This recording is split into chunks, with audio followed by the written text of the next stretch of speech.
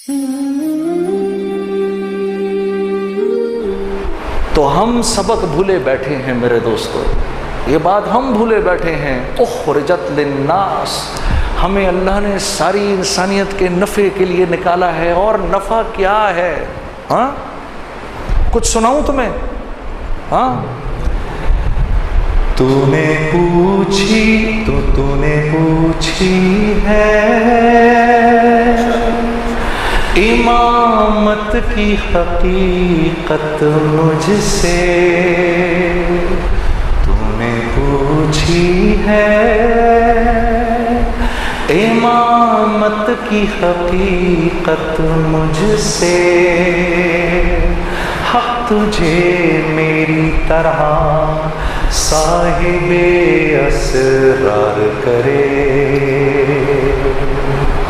ہے وہی تیرے زمانے کا امام برحق، جو تجھے حاضر و موجود سے بیزار کرے، ہے وہی تیرے زمانے کا امام برحق، جو تجھے حاضر و موجود سے بیزار کرے، موت کے آئینے میں تجھ کو دکھا کر رخ دو، تمہارا امام، سمجھے ہو؟ تو نے پوچھی ہے امامت کی حقیقت مجھ سے، حق تجھے میری طرح صاحب اسرار کرے۔ اللہ تمہیں سمجھا دے جیسے اللہ نے مجھے سمجھایا۔ اقبال کہہ رہے ہیں کہ وقت کا امام کیسا ہونا چاہیے، وقت کا امام کیسا ہونا چاہیے؟ ہے وہی تیرے زمانے کا امام برحق، ہے وہی تیرے زمانے کا امام برحق، جو تجھے حاضر و موجود سے بیزار کرے، چیزوں میں تمہیں نہ پڑنے دے، ہاں تمہیں چیزوں میں نہ پڑنے دے، موت کے آئینے میں تجھے دکھا کر رخ دوست، اتنی آخرت تمہیں سنائے، اتنی آخرت تمہیں سنائے، ہاں جیسے سیدنا بلال کر رہے تھے نا موت کے وقت، واہ واہ واہ واہ، اب جائیں گے محمد صلی اللہ علیہ وسلم سے ملیں گے، صحابہ سے ملیں گے، بیوی رو رہی ہیں لیکن یہ ان کی زندگی کا سب سے خوبصورت دن ہے۔ موت کے آئینے میں تجھ کو دکھا کر رخ دوست، زندگی تیرے لیے اور بھی دشوار کرے، ہاں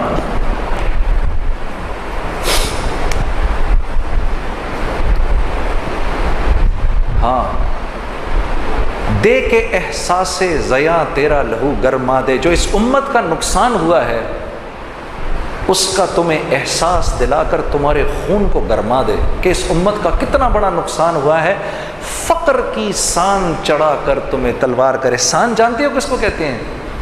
جس پر چھری کو تیز کیا جاتا ہے، ہاں؟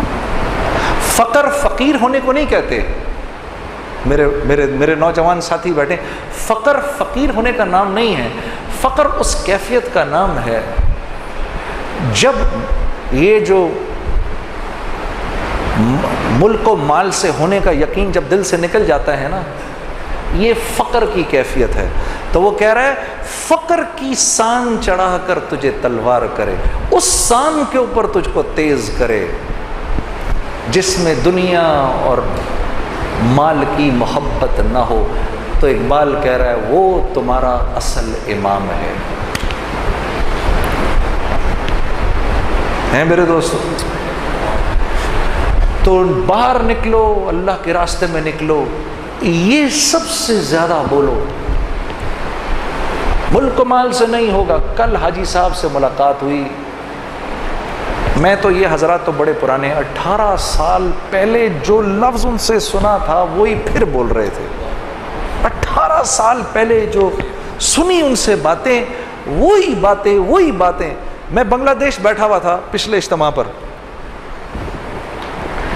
حاجی صاحب کی بات تو ویسے نہیں سمجھ میں سنائی دیتی، سمجھ میں نہیں آتی. ہم جو اردو زبان بولنے والے ہیں ان کو سمجھ میں نہیں آتا. ہاں ہم بنگلہ دیش کے اجتماع پر بیٹھے ہوئے تو کسی بزرگ کا بیان ہو رہا تھا، تو جو بنگلہ دیش کے اپنے بزرگ تھے وہ مختلف کاموں میں لگے ہوئے تھے، بات ہو رہی تھی، یہ کر رہے تھے وہ کر رہے تھے اپنے. تھوڑی دیر کے اندر آواز آئی، مغرب کی اذان، مغرب کا بیان شروع ہوا. تو حاجی عبدالوہاب صاحب کی آواز آئی، نحمدہ ونصلی علی رسولہ الکریم. میں نے دیکھا جتنے بڑے بڑے بزرگ، جتنے بنگلہ دیش کے بزرگ تھے، سارے خاموش ہو گئے. ایک دم سب کو بولا چپ، سب چپ کر جاؤ. حاجی صاحب کا بیان شروع ہو گیا. ابھی اس سے پہلے بھی بیان چل رہے تھے، حاجی صاحب کا بیان شروع ہو گیا. میں اتنا حیران ہوا کہ میرے منہ سے نکل ہی گیا. ایک میرے بزرگ دوست بیٹھے تھے، میں نے کہا آصف بھائی آپ کو یہ سمجھ میں آ رہا ہے؟ حاجی صاحب کی بات سمجھ میں آ رہی ہے؟ مسکرا کر کہنے لگے ہمیں ان کے علاوہ کسی کی بات سمجھ میں نہیں آتی، ہمیں ان کے علاوہ کسی کی بات سمجھ میں نہیں آتی.